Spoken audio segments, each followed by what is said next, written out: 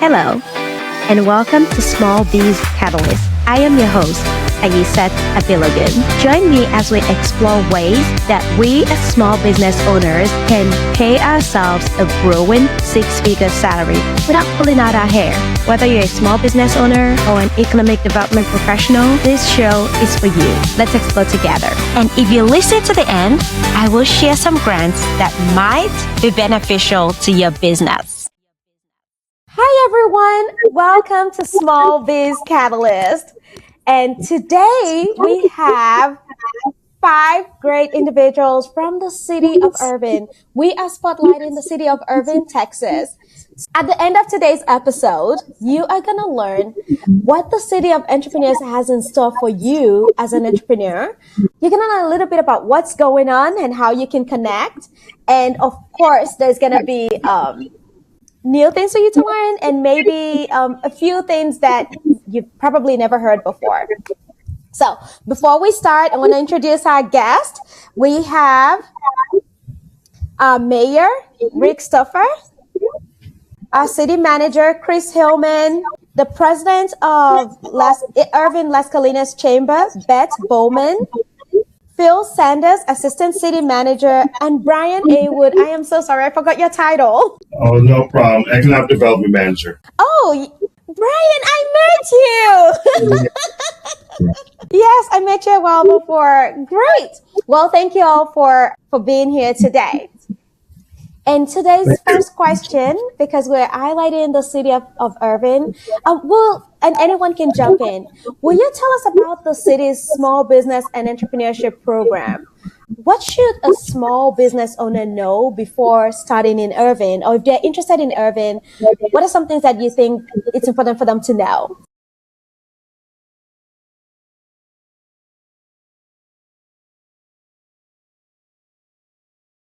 At attracting large corporations. And so there's been a move based on mayor, city management, and council's directive to kind of get that same reputation among the small business community. So there's been a real big push led by our chamber partners in particular, who hold small business blitz every year. They've gone out in 1,000 businesses just saying hello, thank you to Irving. And so if you're looking to start a business in Irving, the first thing I would do is invite you to talk with one of our chambers, particularly Irving Las Colinas Chamber. We also are served by the Irving Hispanic Chamber when it comes to small business.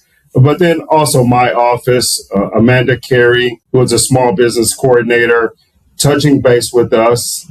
And then we'll try to direct you to resources based on what your needs are. The city of Irving has had a number of programs over the years. Matter of fact, we just wrapped up one, which was a small business recovery and resiliency program. We used federal funds for that. And that was kind of a two-parter. We provided a direct grant to businesses in order to help them sustain losses they'd got over COVID. But more importantly, the second part of the program was focused on providing them with TA services. So how to market your business better, how to create better websites, getting your financial house in order so that you can withstand, God forbid we ever have another COVID situation. We wanted to make sure that you have these tools available. And so the city of Irving, we're in a unique place. We're also trying to figure out where our part is in this ecosystem of small businesses. As you may know, some businesses need a lot of help. Some businesses want the city to leave them alone and let them operate. So we want to kind of meet both challenges on that side. So we're continuing to monitor, talk to small business. What do you need? What do you don't need? Where can we help you at? Where can we leave you alone at? And so until you need us, then we're there. So I would start with one of our chambers, start with our office, Amanda Carey, here at the city of Irving. We'll be more to help you happy to direct you. I'll just compliment Brian, kind of setting the table for opportunities for entrepreneurs, small businesses in Irving. Irving, Texas is home to over 10,000 businesses. 8,500 of them are small businesses, right? So they're really the heartbeat of our community. And you see as a collaborative approach from our local government to those of us that are the voice of business in the chamber space. We're daily rolling up that red tape to roll out the red carpet to serve our businesses. Brian talked about our small biz blitz. So that is truly an organic community-based program where from our mayor, city council to our city manager, and directors throughout the city, our board of directors at the chamber, and other partners are, for the past 7 years, have gone out to visit 1,000 small businesses per year to say thank you for having their business at home in Irving, provide them with a leave behind resource bag or box pending the year, and then also resources should they need any services from the city or resource partners through chambers and other outlets, all to aid in growing their business right here at home in Irving, Texas. Could I just say woohoo to visiting 1,000 businesses in Irving? I mean, that's real boots on the ground. I know you slide it in, but it is a big accomplishment. It's truly, it's meeting entrepreneurs and small businesses where they operate, right within the walls of their business. Not an ask, but a thank you. And to my knowledge, I think we're the only community that has done that. And we've had the pleasure to deliver that program for the past 7 years. And it's really an exciting time to collaborate and come together and to get to know our small business community and ultimately serve them in their success. That's awesome.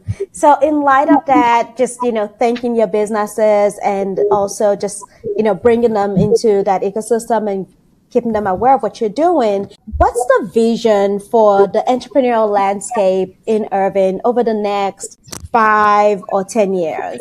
How can small business owners stay ahead of changes? But I feel like those are 2 questions, but let's go for one. What's your vision as a city for small businesses? And I think you've touched a little bit on that. So I think one of the real keys that we have is the diversity within the city of Irving.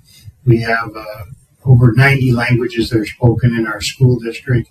And so we have so many different organizations that and groups of individuals that have called Irving home. We have over 200 houses of worship. And so of the 260,000 people here, we are one of the top 5 diverse cities in the United States. So with that diversity comes things that are important to those individuals. For example, food. We have a food mile here in the city of Irving where you can get food from almost any country. If it's Nigeria, whether it's Pakistan, wherever you're at, there is food that it's available. So the opportunity for new Americans to come to our city, and in a lot of cases, one of the spouses is here because of a job that they have, but then that gives the other the opportunity to start a small business. And a lot of the times the restaurants are one of the areas, bakeries, those type of things, because they want to bring the foods and the traditions of where they came from and make the people that live here feel more like this is part of their home. And so we encourage them to spread their wings and get out and try new things. We also see that with the amount of businesses that we have here, our goal is to provide jobs. With over 250,000 jobs within our community, we want to continue to grow that. And so that gives a person an opportunity when they see a business that's working out there. How do they complement that business? What can they do that will make things different? For example, we have a company here that makes the baskets for Starbucks coffee pots. That's all they do is make the baskets that go in every Starbucks coffee pot in the United States. So there's different things that they're able to do, regardless of whether it's something to do with manufacturing, whether it's something to do with food, if it's something to do with education. They have the opportunity to build on what we already have here and complement that. So it gives them the opportunity to say, I think this would work and this would really help this business. And then from there they grow. And a lot of times we have businesses that start out small here and then they expand. Pretty soon they're in another city and they give the opportunity to grow. So as we continue to grow, I mean, business is something that's done in our city every day. There's the economic development team is working with 50 to 100 businesses every day that are looking to do or expand in our community. So this gives that opportunity for the small businesses to work with those other businesses and complement them. And having that entrepreneurial spirit that so many people do, this is the place they can enjoy that. To echo the mayor's point about just trying to make sure that we're providing opportunities for small businesses to succeed, for people to create jobs, for people to have jobs. That's one of the most important things that we can provide when we're supporting small business. In working with small businesses, one of the things we hear from time to time is difficulty in accessing capital. And so we are partnering with the Lift Fund this coming year to create a program where individuals can qualify for capital for kind of a low interest or interest buy down program where we're helping subsidize the interest on capital that they could borrow from the Lift Fund, capital that might not be available to them if it weren't for the city stepping in and kind of creating a creative financing mechanism. So that's one of the things we're doing. Other things we do is just in the way that we operate, not only in the economic development space, but just in how we approach development generally. We're a very business-friendly city, large businesses and small businesses alike.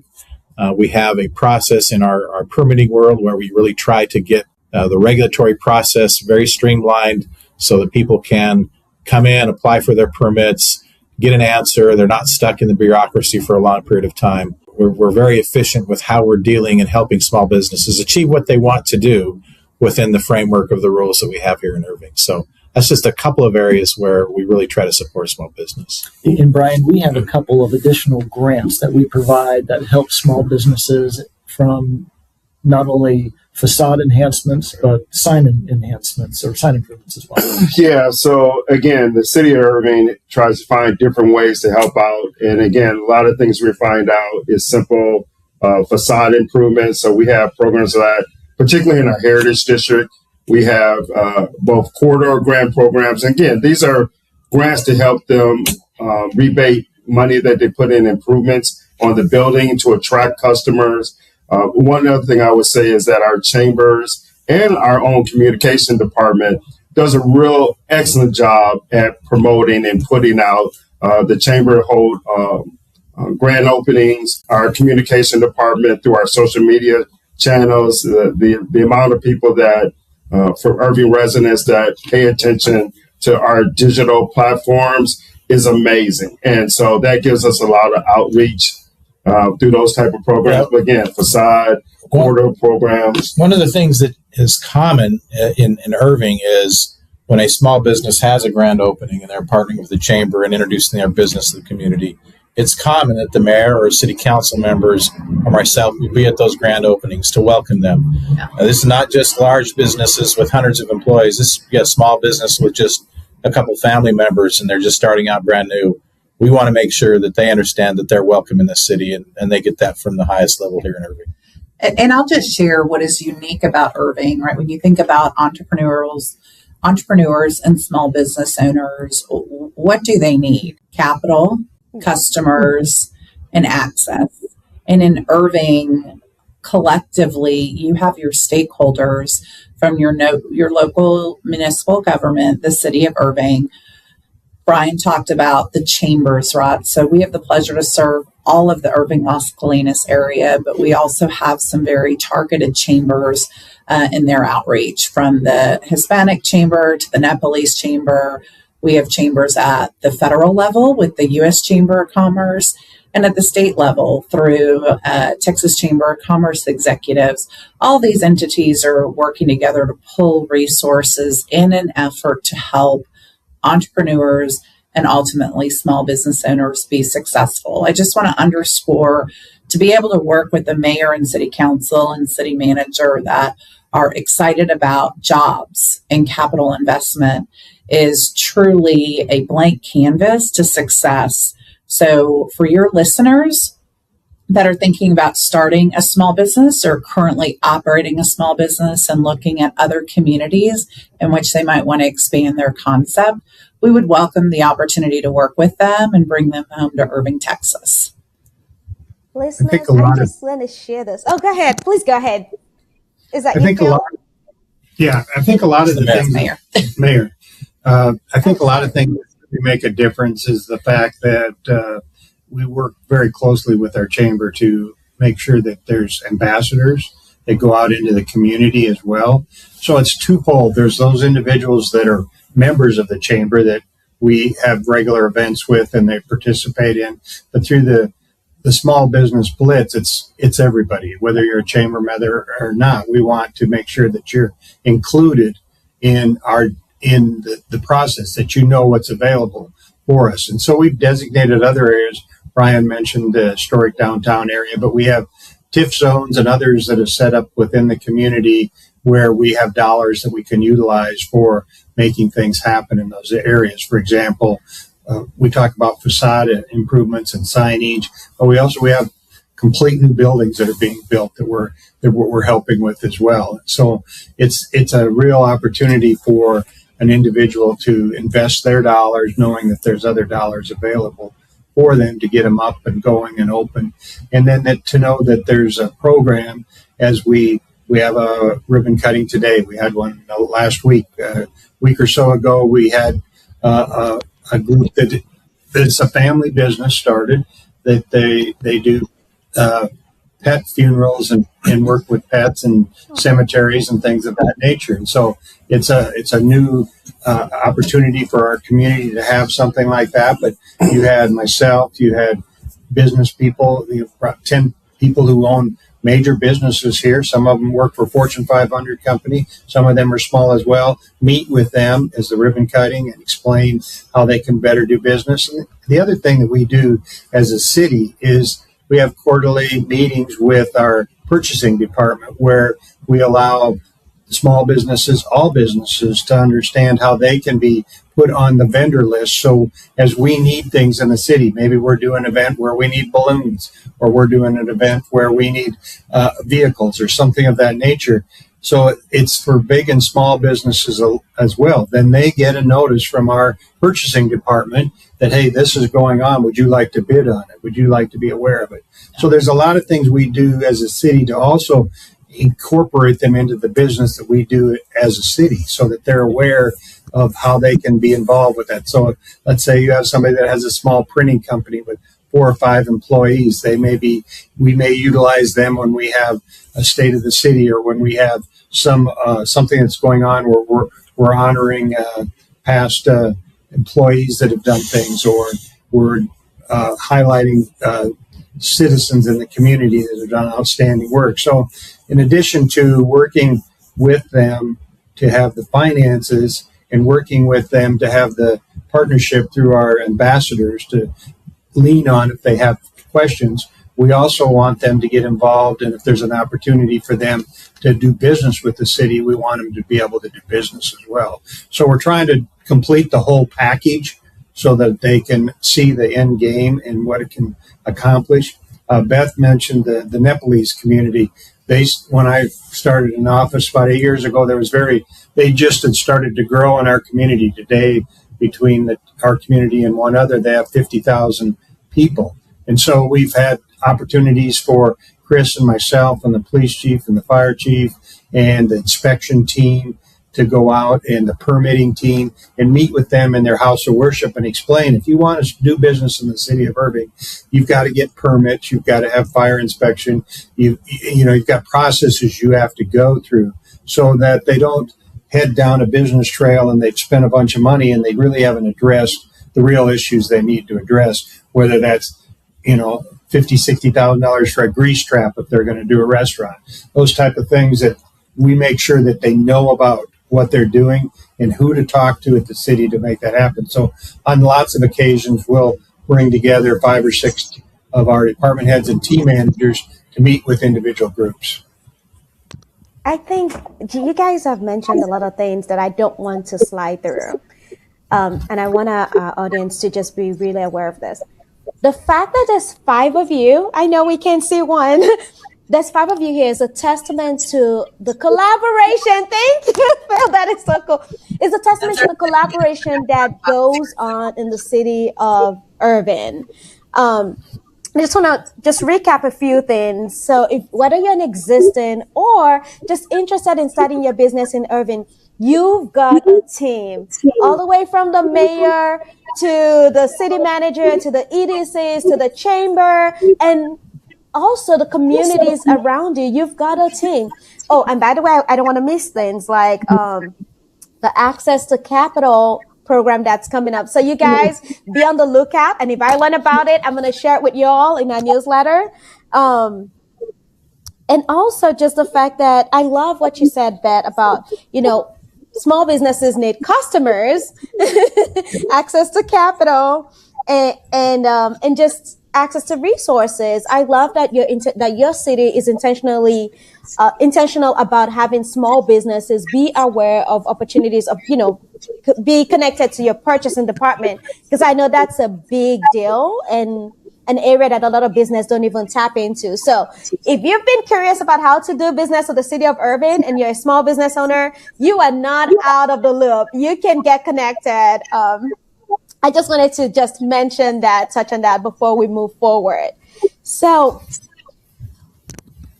I'm going to kind of fuse two questions together. How can small business owners stay ahead of changes? And I know this is like a loaded question. So if it feels very loaded, you can just share what the biggest risks are for small businesses, and is there something that the city can do to mitigate them? Because again, as small business owners, honestly, we own our businesses. So we're responsible for its growth, but we at the same time know that growth does not happen in a vacuum. It happens in the community. So go for it. I'll repeat the questions just so you're aware. How can small business owners stay ahead of changes? Or what do you see as the biggest risk for small businesses, and how is the city planning to mitigate that? So I can just start, right? Change is inevitable. It's going to occur. So to the entrepreneurs and small business audience that you have within this podcast, I'll just underscore your local chamber is probably the first stop that you should explore. You've seen one chamber. We're all different. We have strengths and opportunities to support our entrepreneurs and small businesses. But then I will also share, you can reach out to, your township or your city or your county or your state.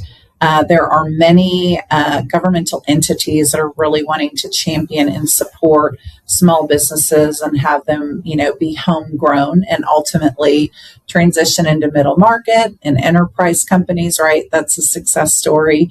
I think that all entrepreneurs are aspiring for.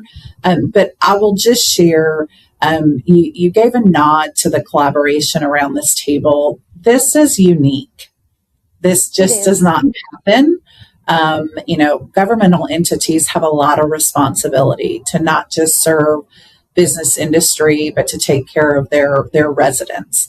And as we at the Chamber have the pleasure to work with our member investors or businesses that reside within Irving, Texas, we always just share for them, it's not the city's job to drive customers to your place of business. Mm-hmm. But the city can be a partner.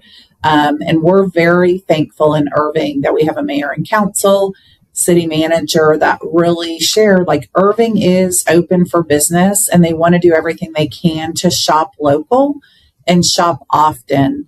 But as entrepreneurs and businesses, you have to be proactive and take advantage of multiple tools that can be a part of your toolkit to learn how to access procurement lists, to receive opportunities, but then also to step out of, your bakery or the walls of your operation or outside your home office and take a moment to get engaged in your local community and give back and naturally see your business blossom. I think that there's twofold to your question. One is, in any business, there's change.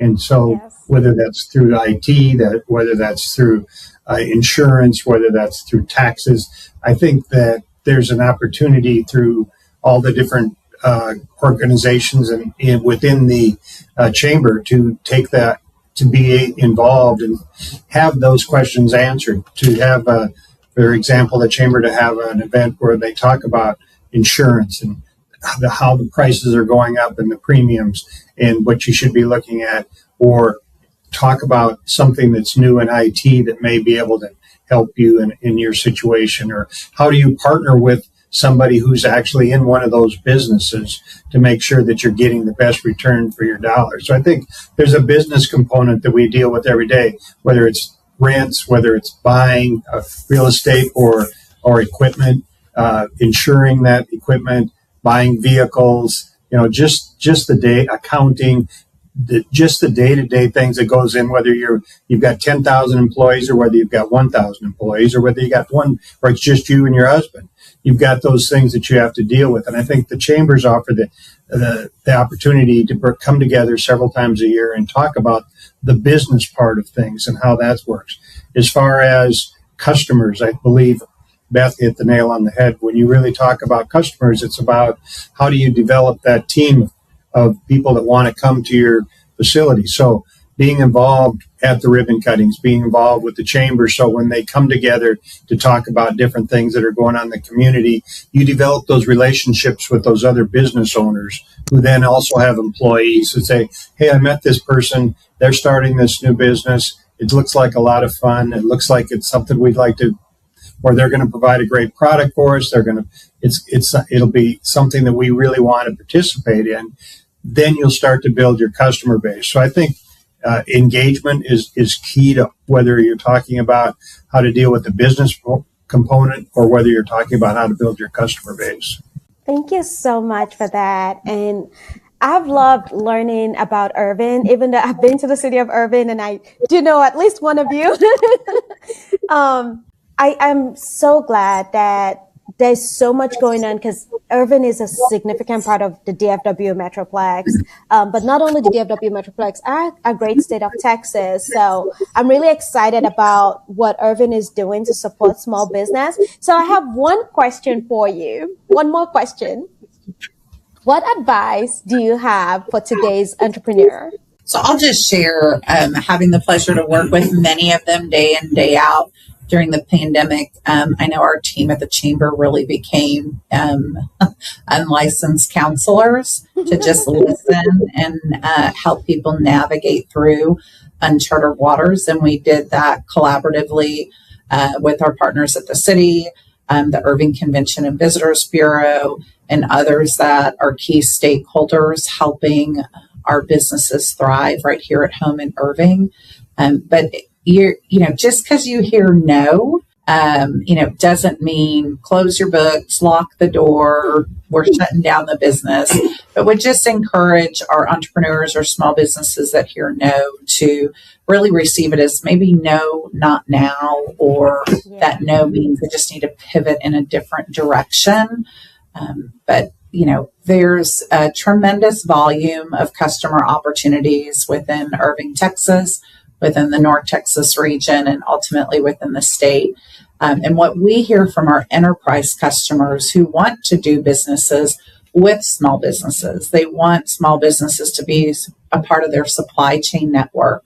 Our financial sector here locally, they want to support and provide resources to our small businesses. So I think at the end of the day, what I would just share to entrepreneurs and small businesses, when you hear no, you're just one step closer to yes. Mayor Brian, anything else to add?